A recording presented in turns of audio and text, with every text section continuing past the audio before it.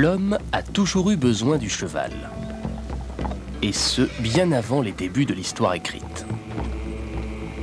Nous avons grandi avec lui, utilisé ses instincts sauvages. Les grands rois, les généraux, les explorateurs et les dieux eux-mêmes ont tous monté à cheval. Mais jamais personne n'a dompté son esprit indépendant. L'homme n'a fait que mettre son énergie à son service. Le cheval, ses mouvements puissants, parfaits, nous ont toujours fascinés.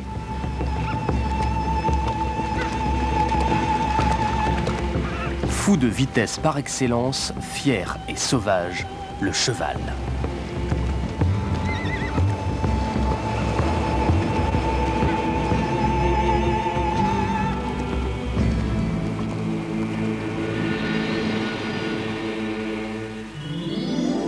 Son seul nom suscite dans le kaléidoscope de nos pensées tout un univers d'excitation, d'aventure, de danger. Un univers où les gens ordinaires se transforment en héros.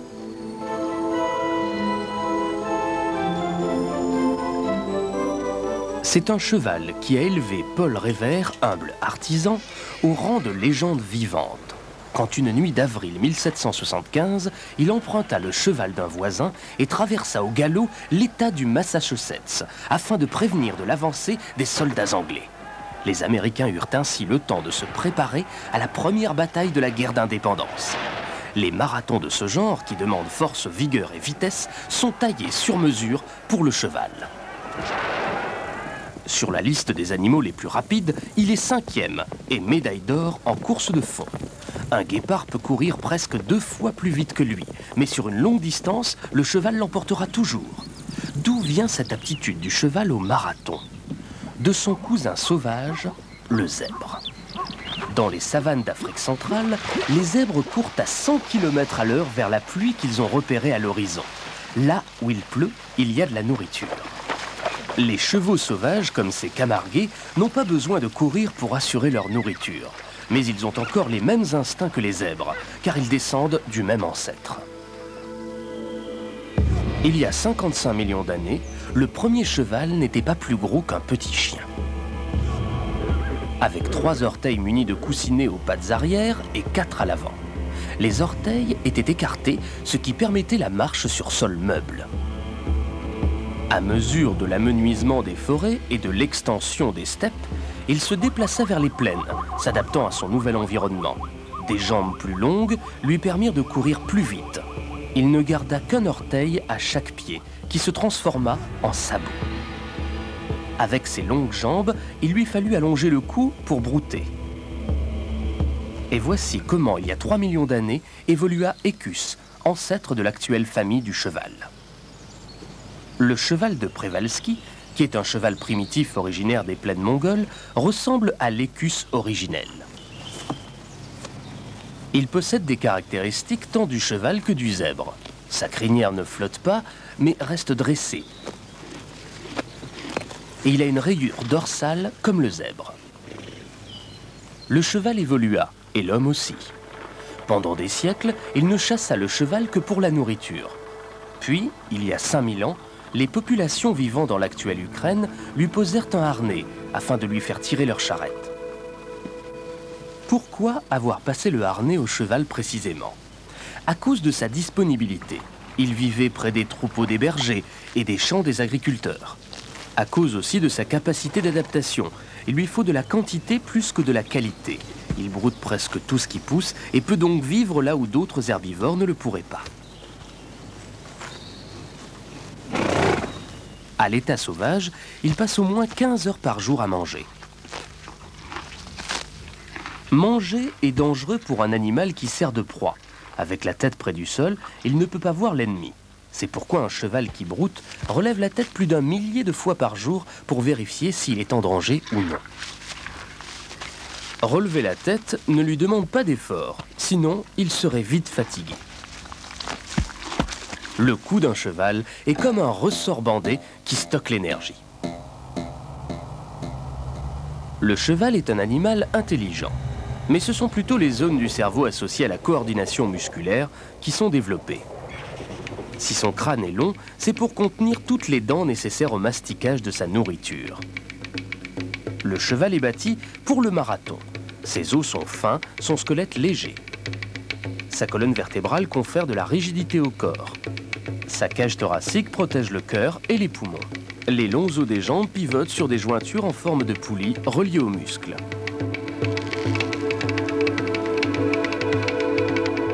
Et le corps entier est couvert de poils grossiers auxquels la croyance populaire attribuait des vertus magiques.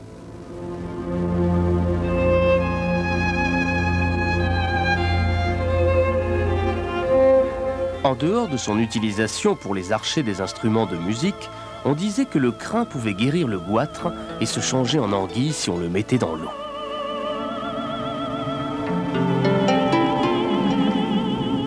Dans certaines cultures, on croyait que le cheval n'était pas couvert seulement de poils, mais aussi de plumes. Dans la mythologie grecque, c'est à l'aide d'une bride en or que la déesse Athéna captura et apprivoisa Pégase, le cheval volant.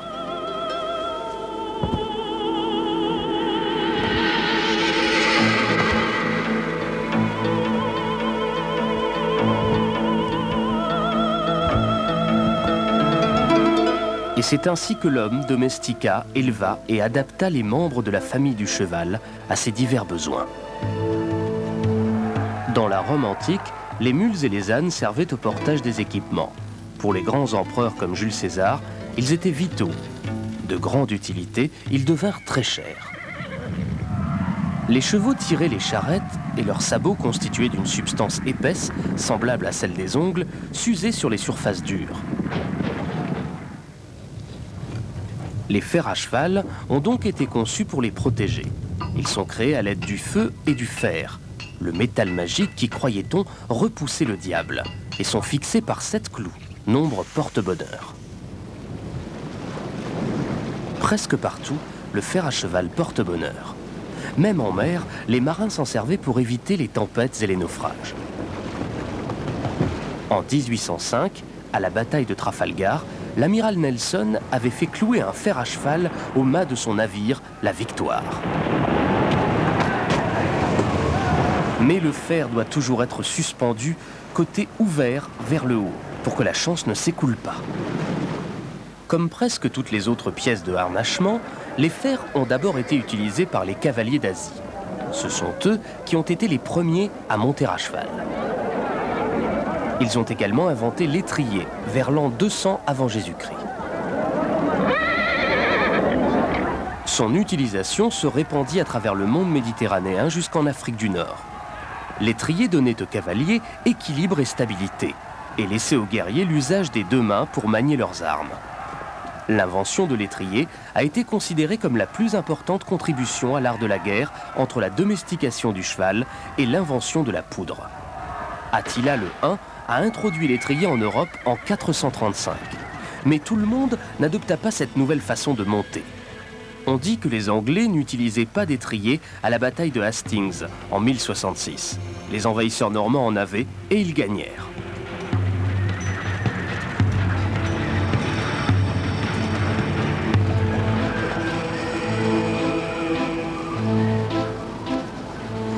L'art et la maîtrise suprême furent atteints par la cavalerie de Gengis Khan.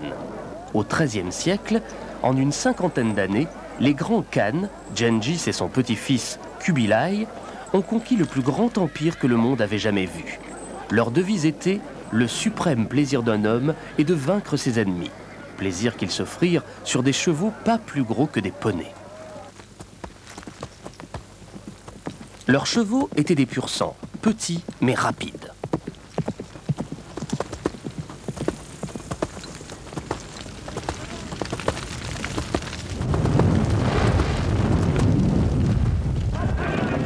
Ils sont originaires des déserts brûlants du Moyen-Orient et d'Afrique du Nord. Et on les appelle pur-sang parce qu'ils sont fougueux et ardents.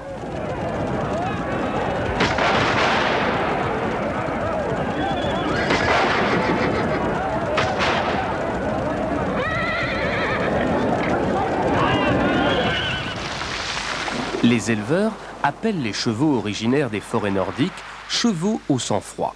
Ce qui n'a rien à voir avec la température de leur sang, mais indique plutôt le tempérament et l'origine du cheval. Les chevaux au sang-froid sont forts et lourds. Ils conviennent à la bataille ou au travail.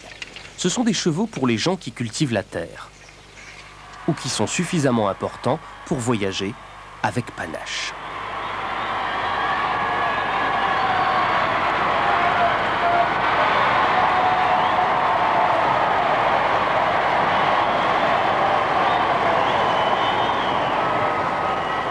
Les demi-cents sont un mélange des deux. Généralement dociles, les chevaux de monte d'aujourd'hui, à l'exception des chevaux de course, sont des demi-cents.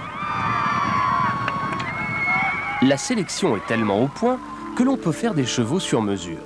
La plupart des chevaux sont maintenant issus d'un cocktail de races et le mot cocktail lui-même vient du vocabulaire de la sélection chevaline.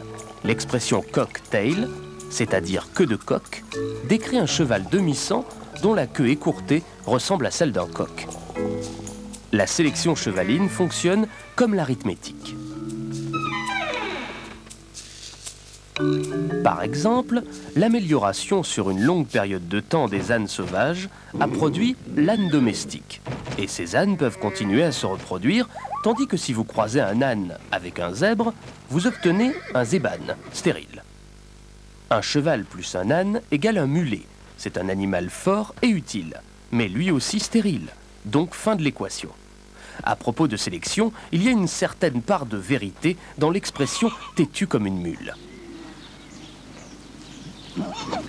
Laissée à elle-même, la nature réussit à chaque fois.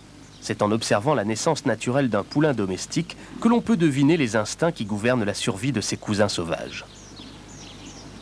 Dans la nature, c'est au moment de la naissance que les équidés sont les plus vulnérables. À peine nés, les petits doivent être capables de pourvoir à leurs besoins, même en cas de danger. Les poulains sont capables de voir et de courir dans la demi-heure qui suit la naissance. Il leur faut savoir reconnaître leur mère immédiatement par la vue et l'odorat. L'empreinte maternelle se fait dès la naissance, ce qui veut dire que chaque poulain grave presque instantanément une image de sa mère dans son esprit. Quand un danger apparaît, il sait où se diriger pour avoir les meilleures chances de survie.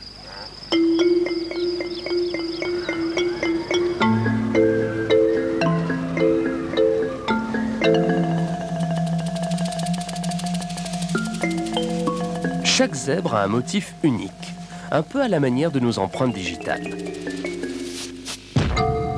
Les rayures du zèbre lui dessinent l'un des pelages les plus étonnants et les plus originaux du monde animal.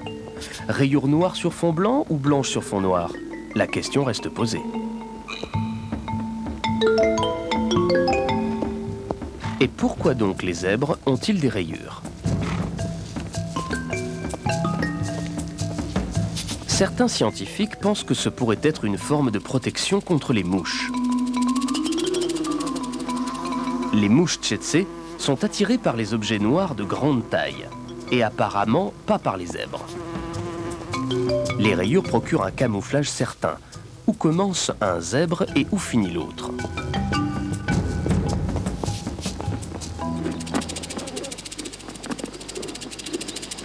Les prédateurs qui ne voient qu'en noir et blanc ont du mal à isoler une victime du troupeau.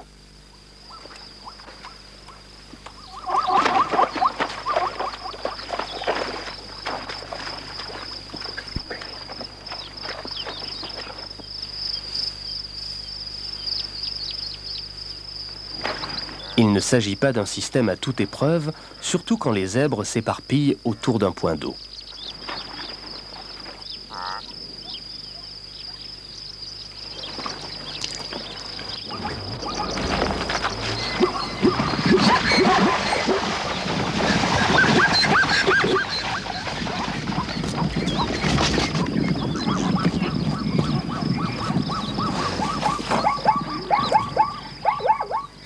Ce cheval n'est pas fou.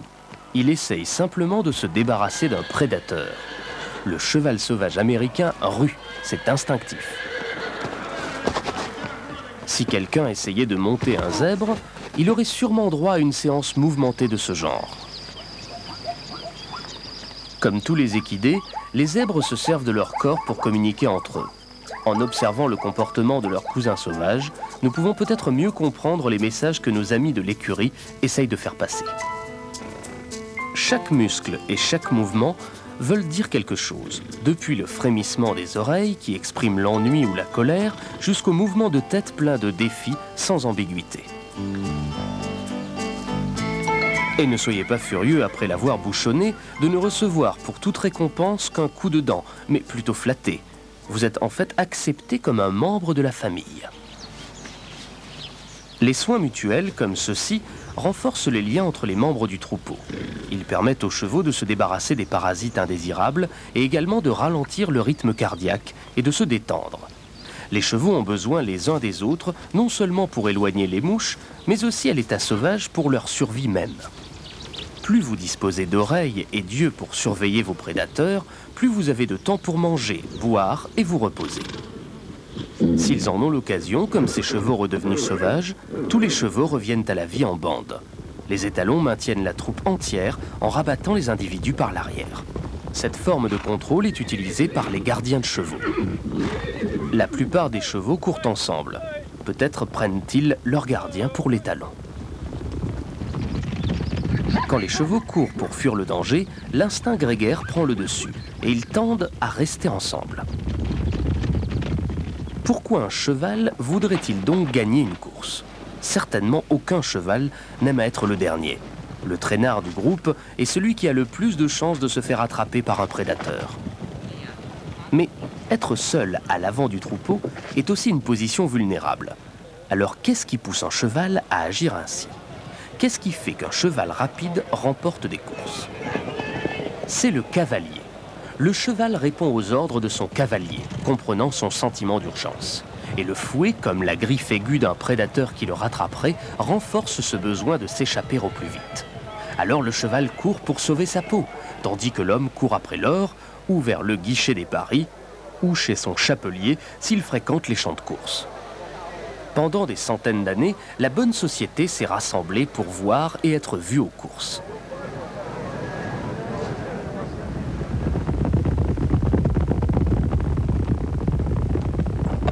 Au sommet de la hiérarchie équine se trouve certainement l'arabe, père de toutes les races de chevaux.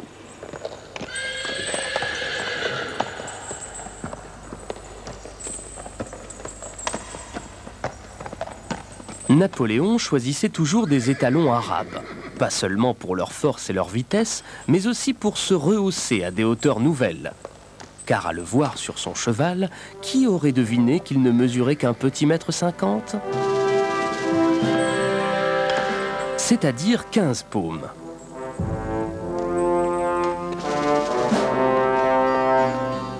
La hauteur d'un cheval se mesure en paumes, de la pointe du sabot jusqu'au point le plus élevé du dos, le garrot. C'était à l'origine la distance entre le petit doigt et le pouce. Utilisée par les Égyptiens, les Grecs et les Romains, cette unité de mesure a été normalisée par le roi Henri VIII d'Angleterre. Maintenant, la paume fait 10 cm.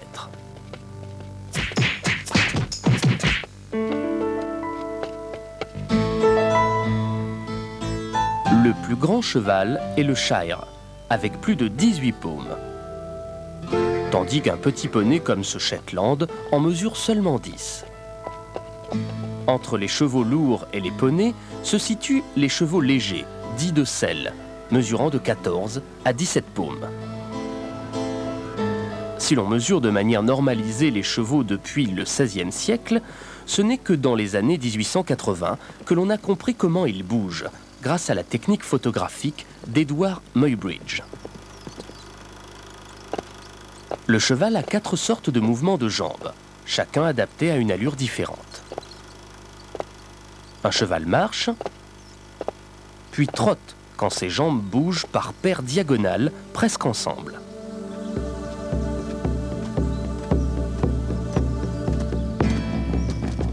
Puis il va au petit galop, une allure à 3 temps, gracieuse et élégante, une jambe avant et les 2 jambes arrière menant le mouvement, puis l'autre jambe avant, suivie d'un léger temps d'arrêt.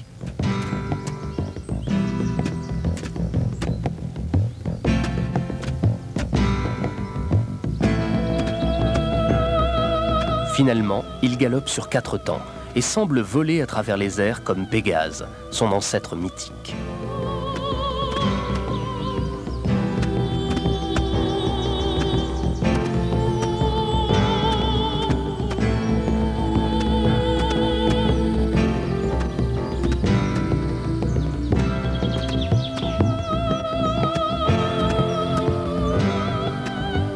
cette allure, le cheval effectue 140 foulées par minute et un peu plus de 2 respirations par seconde.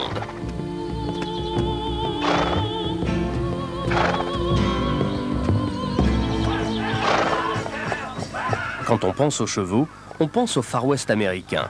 Et pourtant, ils ont disparu de l'Amérique du Nord il y a 10 000 ans.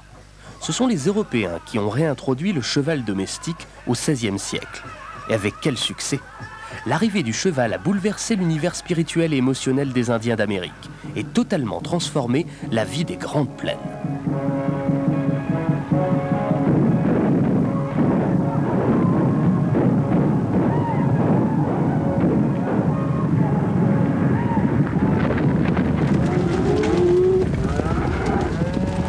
Le cheval débarqua, fut harnaché et utilisé pour la conquête de tout le continent.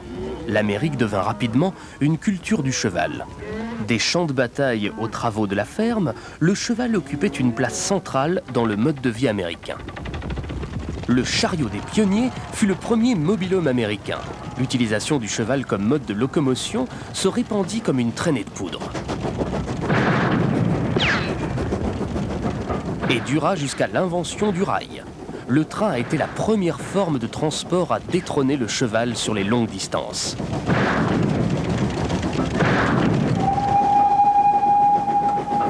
Pour certains Indiens, l'association était si forte qu'ils surnommèrent le train « cheval de fer ».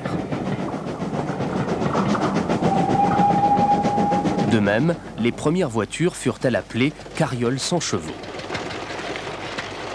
La voiture a maintenant remplacé complètement les chevaux, mais la puissance des moteurs est encore mesurée en chevaux.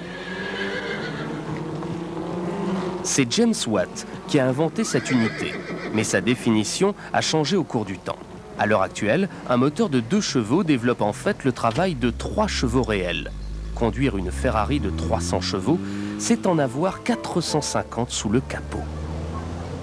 La place du cheval dans les transports a certes beaucoup diminué, mais pas dans les loisirs. Des spectacles combinant des numéros de chevaux, des acrobates et des ombres chinoises ont connu un grand succès et fait le tour du monde. La piste du cirque a été inventée pour le cheval. C'est la capacité d'apprentissage du cheval qui est à l'origine du cirque et du dressage tel qu'on le pratique ici à la Haute École française. Tous ces chevaux sont des étalons, et ce pour une bonne raison. Ils sont dressés à exprimer des comportements naturels, mais de façon exagérée. Par exemple, pendant la courbette, la sensibilité aiguë du cheval lui permet de détecter de subtils signaux de son cavalier. Il sait alors instinctivement quand reprendre un comportement normal. À l'état sauvage, le cheval fait volte-face pour éviter les ruades dans la face. Cela devient la pirouette.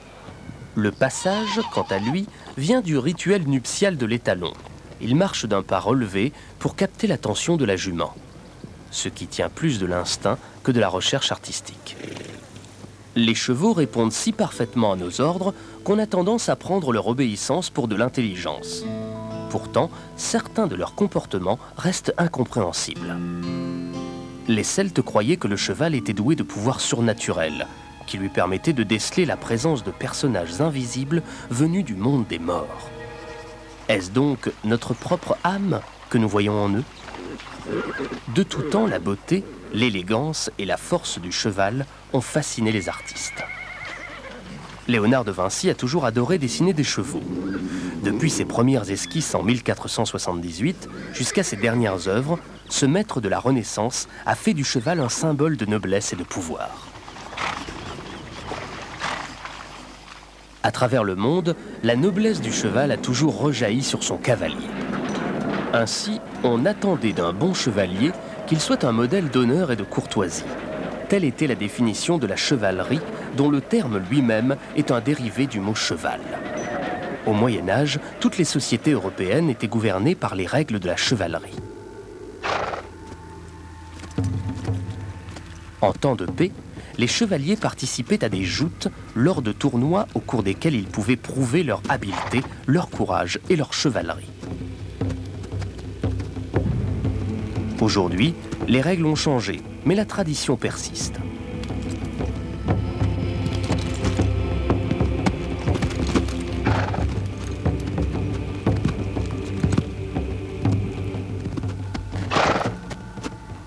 Au lieu de viser la tête de l'adversaire avec sa lance, il suffit de frapper son bouclier pour remporter la victoire.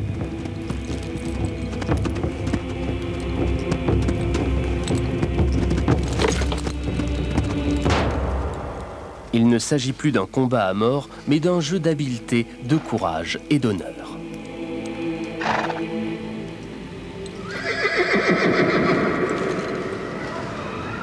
L'un des chevaux les plus célèbres de l'histoire est Bucéphale, le cheval d'Alexandre le Grand.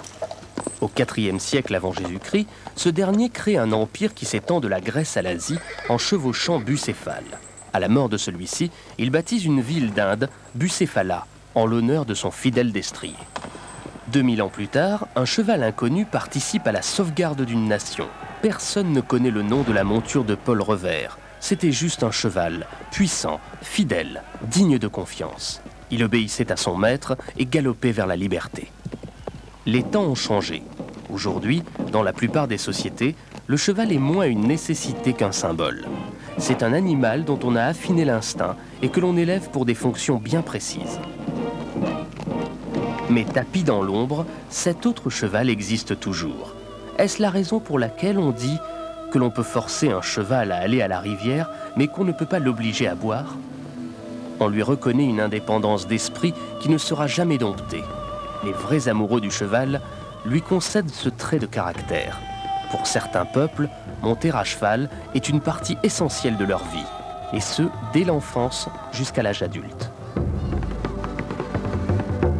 Tant que l'homme vivra, il ressentira toujours le besoin et le désir du cheval.